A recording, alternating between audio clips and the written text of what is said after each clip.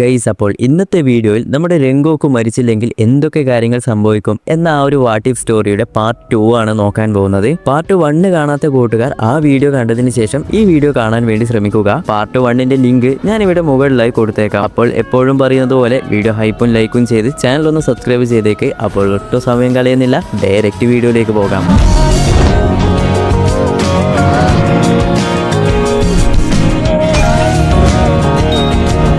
കഴിഞ്ഞ പാർട്ടിൽ നമ്മൾ പറഞ്ഞത് നമ്മുടെ രംഗോക്കു ഒരു ഡീമണായി മാറുന്നതും അതിനുശേഷം നമ്മുടെ ടെങ്കിനെ ഡിഫീറ്റ് ചെയ്യുന്നതും അവസാനം നമ്മുടെ ടാൻജിറോ മയങ്ങി വീഴുന്നതൊക്കെയാണ് പറഞ്ഞത്. അങ്ങനെ അത് കഴിഞ്ഞ് നമ്മുടെ ടാൻജിറോക്ക് പതിയെ ബോധം വരുന്നു. അങ്ങനെ നമ്മുടെ ടാൻജിറോക്ക് ഏകദേശം കാര്യങ്ങളൊക്കെ മനസ്സിലാകും. അതായത് ഇത് രംഗോക്കു ആകാനുള്ള ചാൻസ് വളരെയധികം കൂടുതലാണ്. പക്ഷെ എന്നിരുന്നാലും മറ്റു ഫ്ലെയിം യൂസ് ചെയ്യുന്ന ഒരു ഡീമൺ ആണോ ഇത് തുടങ്ങിയ കുറച്ച് കൺഫ്യൂഷനിലാണ് പുള്ളിക്കാരനുള്ളത്. അങ്ങനെ ഈ ഒരു വിഷയം നമ്മുടെ ടാൻജിറോക്ക് മാത്രമല്ല ആ ഒരു ഡീമൺ സ്ലെയറിലുള്ള എല്ലാവരും മനസ്സിലാക്കുന്നു. കാരണം നമ്മുടെ രംഗോക്കു മരിച്ചു എന്ന് പറഞ്ഞെങ്കിലും പുള്ളിക്കാരന്റെ ബോഡി ഇതുവരെ കണ്ടെത്താൻ കഴിഞ്ഞിട്ടില്ല. അങ്ങനെ ഇനി നമ്മുടെ ടാൻജിറോ എന്ത് ചെയ്യുമെന്ന് നോക്കിക്കഴിഞ്ഞാൽ നമ്മുടെ ഉബയാഷാക്കിയുടെ അടുത്ത് പോയി ഞാൻ രംഗോക്കുവിനെ തേടി പോവുകയാണ്, അവനെ ഞാൻ തിരിച്ച് ഡീമൺ സ്ലെയറിലേക്ക് കൊണ്ടുവരും തുടങ്ങിയ കാര്യങ്ങളൊക്കെ പറയുന്നു. എന്നാൽ ഇത് കേട്ട ഉബയാഷാക്കി ആണെങ്കിൽ ആ ഒരു സ്പോട്ടിൽ തന്നെ റിജക്ട് ചെയ്യുന്നു. എന്നിട്ട് പറയും ഇപ്പോൾ നമ്മുടെ രംഗോക്കു ഒരു ഡീമണായി മാറി. എന്നാൽ രംഗോക്കു ഡീമണായി മാറി എന്ന് കൺഫേം ചെയ്യാനും കഴിയില്ല. നീ ഇപ്പോൾ രംഗോക്കുവിനെ തേടി അവന്റെ അടുത്തേക്ക് പോയി കഴിഞ്ഞാൽ നിന്നെ രക്ഷിക്കാൻ നമുക്ക് വേറെ ആൾക്കാരെ അയക്കേണ്ടി വരും. ഡീമണായ ഒരാളെ നമുക്ക് ഒരിക്കലും പറഞ്ഞ് മനസ്സിലാക്കി ഇവിടേക്ക് കൊണ്ടുവരാൻ കഴിയില്ല എന്നും ഉബയാഷാക്കി പറയുന്നുണ്ട്. ടാൻജിറോ, നീ ഈ കാര്യങ്ങളൊന്നും അധികം ചിന്തിക്കേണ്ട, നിനക്ക് മറ്റ് ഡീമൺസിനെ ഇല്ലാതാക്കാനുള്ള മിഷൻസ് ഞാൻ ഓൾറെഡി തരാം. എന്നാൽ നമ്മുടെ ടാൻജിറോ ആണെങ്കിൽ വെറുതെ നിൽക്കില്ല. പുള്ളിക്കാരൻ പറയും ഡീമൺ ആയിട്ടുള്ള നെസുക്കോയെ നമുക്ക് ഇത്രയെങ്കിലും ചെയ്യാൻ കഴിഞ്ഞില്ലേ, എന്നാൽ അതുപോലെ നമ്മുടെ രംഗോക്കുനെ എന്തുകൊണ്ട് കൊണ്ടുവരാൻ കഴിയില്ല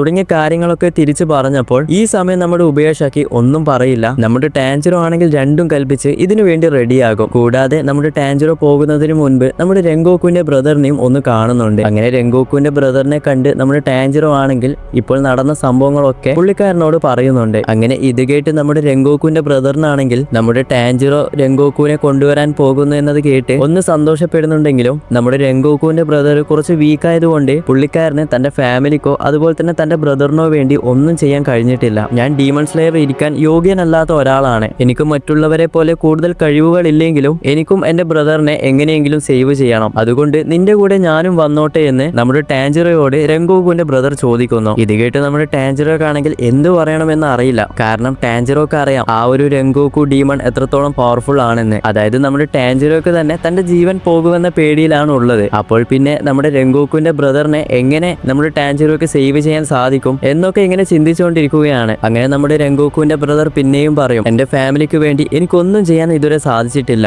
എന്റെ ബ്രദറിന് വേണ്ടി അവസാനം ഈ ഒരു സംഭവമെങ്കിലും എനിക്ക് ചെയ്യണമെന്ന് പറഞ്ഞ് ടാൻജിറോയോട് ഒരുപാടധികം റിക്വസ്റ്റ് ചെയ്യും. അങ്ങനെ ഇതൊക്കെ കേട്ട നമ്മുടെ ടാൻജിറോ ആണെങ്കിൽ പണ്ട് നമ്മുടെ നെസുക്കോ ഡീമൺ ആയ സമയത്ത് നമ്മുടെ ഗിയോനോട് ഒരുപാടധികം ടാൻജിറോ സഹായം ചോദിച്ചിരുന്നു. അപ്പോൾ ആ ഒരു സംഭവങ്ങളൊക്കെ ഓർത്ത് നമ്മുടെ ടാൻജിറോ ആണെങ്കിൽ നമ്മുടെ രംഗോക്കുവിന്റെ ബ്രദറിനെയും കൂടെ കൂട്ടുന്നു. അങ്ങനെ ടാൻജിറോ ആൻഡ് സെഞ്ചിറോ, അതായത് സെഞ്ചിറോ എന്ന് പറയുന്നത് നമ്മുടെ രംഗോക്കുവിന്റെ ബ്രദർ, അങ്ങനെ ഇവർ രണ്ടുപേരും ചേർന്ന് സോർഡ് സ്മിത്ത് വില്ലേജിലേക്ക് പോകുന്നു. ഇവിടെ എന്തിനാണ് പോകുന്നത് എന്ന് നോക്കിക്കഴിഞ്ഞാൽ നമ്മുടെ ടാൻജിറോയുടെ സ്വാഡ് പൊട്ടിപ്പോയിട്ടാണുള്ളത്, അതൊന്ന് ശരിയാക്കണം. അതുകൂടാതെ നമ്മുടെ സെഞ്ചുറിനെ ട്രെയിനിങ് ചെയ്യണം. ലവ് ഹാഷിരയും മിസ്റ്റ് ഹാഷിരയും ഈ ഒരു വില്ലേജിലാണ് ഉള്ളത്. അതുപോലെ തന്നെ ആ ഒരു യൊറോച്ചി സീറോ എന്ന് പറഞ്ഞിട്ടുള്ള ആ ഒരു ഡോളില്ലേ, അതൊക്കെ ഇവിടെയാണ് ഉള്ളത്. ഇവിടെ നമ്മുടെ ടാൻജിറോ ആണെങ്കിൽ എങ്ങനെയാണ് ഒരു ബ്രീത്തിങ് സ്റ്റൈൽ യൂസ് ചെയ്യേണ്ടത്, അതുപോലെ തന്നെ ഒരു ഹാഷിര ആകുമ്പോൾ എന്തൊക്കെ കാര്യങ്ങൾ ശ്രദ്ധിക്കണം തുടങ്ങിയ കാര്യങ്ങളൊക്കെ നമ്മുടെ സെഞ്ചുറിന് പഠിപ്പിച്ചു കൊടുക്കുന്നു. അങ്ങനെ നമ്മുടെ സെഞ്ചുറി ആണെങ്കിൽ നമ്മുടെ ടാൻജിറോ പറഞ്ഞതും അതുപോലെ തന്നെ ചെറുപ്പത്തിൽ നമ്മുടെ രംഗോക്കു പഠിപ്പിച്ചു കൊടുത്തതും പിന്നെ തന്റെ ഫാദർ പഠിപ്പിച്ചു കൊടുത്തതുമായിട്ടുള്ള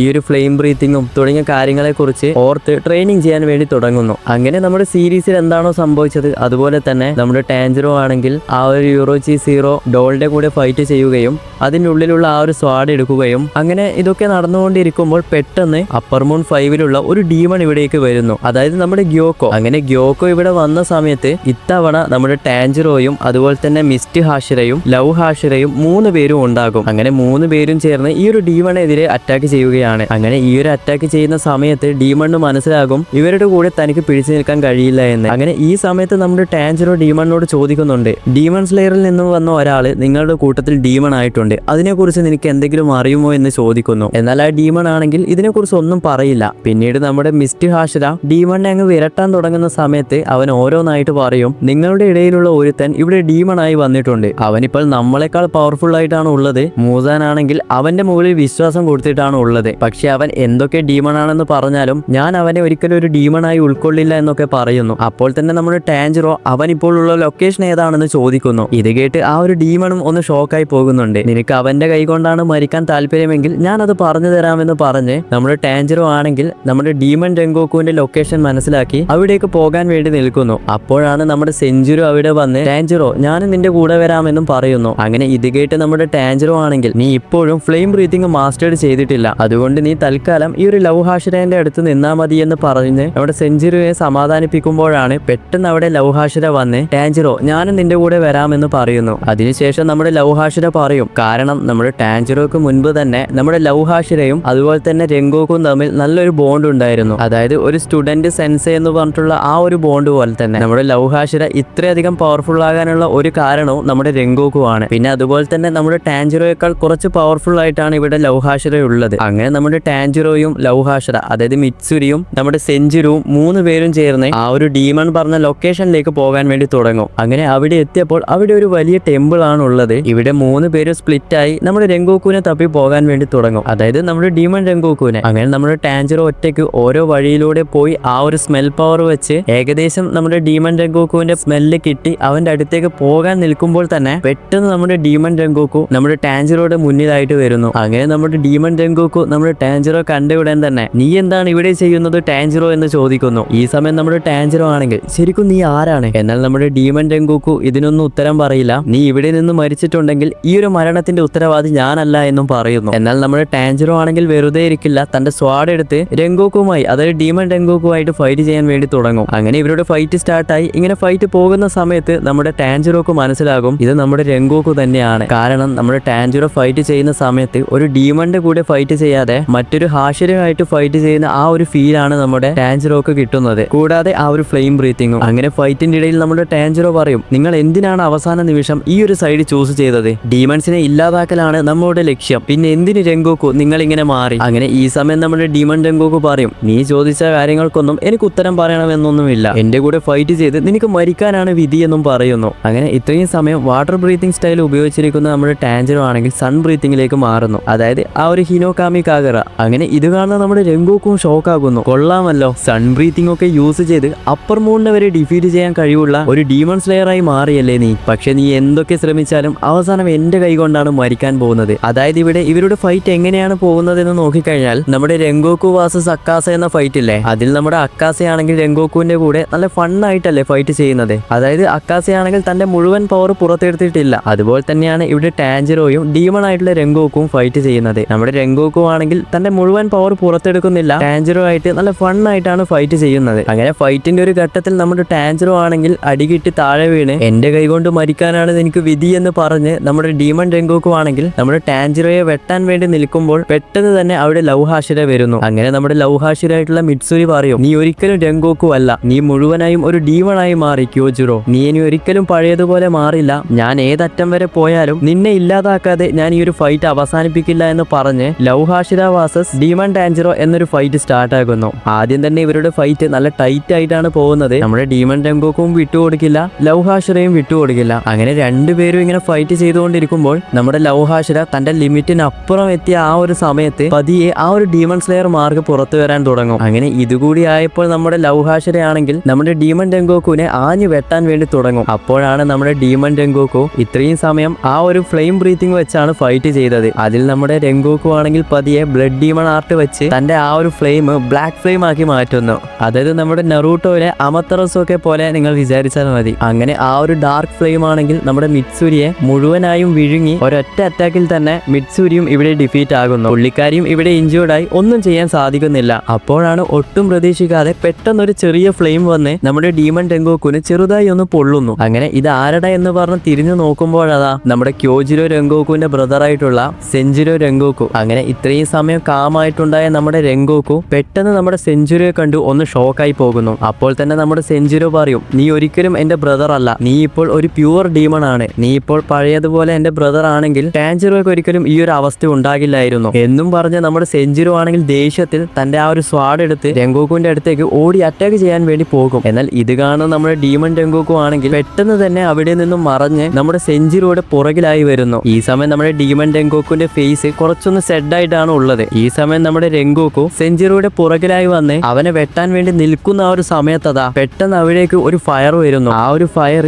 ഒരു ഡ്രാഗൺ പോലെ കത്തി എരിഞ്ഞ് നമ്മുടെ ഡീമൺ രംഗോക്കുവിന്റെ കൈ തന്നെ വെട്ടുന്നു. വീണ് കിടക്കുന്ന നമ്മുടെ മിറ്റ്സുരിയും അതുപോലെ തന്നെ ടാൻജിറോ എന്തിന് നമ്മുടെ ഡീമൺ രംഗോക്കു വരെ ഇത് കണ്ട് ഷോക്കായി പോകുന്നു. കാരണം ഇത്രയും സമയം ഇവരുടെ കൂടെ ഫൈറ്റ് ചെയ്തിട്ടും രംഗോക്കുവിനെ ആർക്കും ഒന്ന് തൊടാൻ കൂടി കഴിഞ്ഞില്ല. അങ്ങനെ നമ്മുടെ ഡീമൺ രംഗോക്കു ഒന്ന് പുറകിലോട്ട് തിരിഞ്ഞു നോക്കുമ്പോഴതാ തന്റെ ഫാദർ ഇവിടെ മുന്നിൽ വന്നിട്ടുണ്ടാകും. അതായത് ഇവർക്കൊക്കെ മുൻപ് നമ്മുടെ ഫ്ലെയിം ഹാഷിരായിട്ടുള്ള ആ ഒരു വ്യക്തി. അങ്ങനെ നമ്മുടെ രംഗോക്കുവിന്റെ ഫാദർ പറയും, ഹാഷിര പദവിയിലുള്ള നീ ഒരിക്കലും ഒരു ഡീമൺ ആകുമെന്ന് ഞാൻ പ്രതീക്ഷിച്ചില്ല. കൂടാതെ നീ ടെങ്കനെ കൊന്നു, അതിൽ ഞാൻ ഒരിക്കലും ക്ഷമിക്കില്ല ക്യോജിറോ. നീ നിന്റെ അനിയനെ അറ്റാക്ക് ചെയ്ത സമയത്ത് ഒരു കാര്യം മറന്നുപോയി, നിന്റെ ഫാദർ ഒരു ഫ്ലെയിം ഹാഷിരയാണ്, അത് മറന്നുപോകരുത്. ഇത് കേട്ട ഉടൻ തന്നെ നമ്മുടെ രംഗോക്കുവിന് മനസ്സിലാകും ഇനി ഇവിടെ നിന്നിട്ട് കാര്യമില്ല, പെട്ടെന്ന് തന്നെ പോകണമെന്ന് പറഞ്ഞ് രംഗോക്കു പെട്ടെന്ന് അവിടെ നിന്നും മറഞ്ഞു പോകുന്നു. അങ്ങനെ നമ്മുടെ രംഗോക്കുവിന്റെ ഫാദറും നമ്മുടെ സെഞ്ചുറിയും ചേർന്ന് മിസ്തൂരിയും അതുപോലെ തന്നെ ടാൻജിറോയും എടുത്തും അവിടെ നിന്ന് പോകുന്നു. അങ്ങനെ അതിനുശേഷം കുറച്ചുനാൾ കഴിഞ്ഞ് ഇൻഫിനിറ്റി കാസിലുള്ള ഒരു സംഭവമാണ് കാണിക്കുന്നത്. അതായത് നമ്മുടെ മൂസാൻ ആണെങ്കിൽ നമ്മുടെ ഡീമൺ രംഗോക്കുവിനെ വിളിച്ച്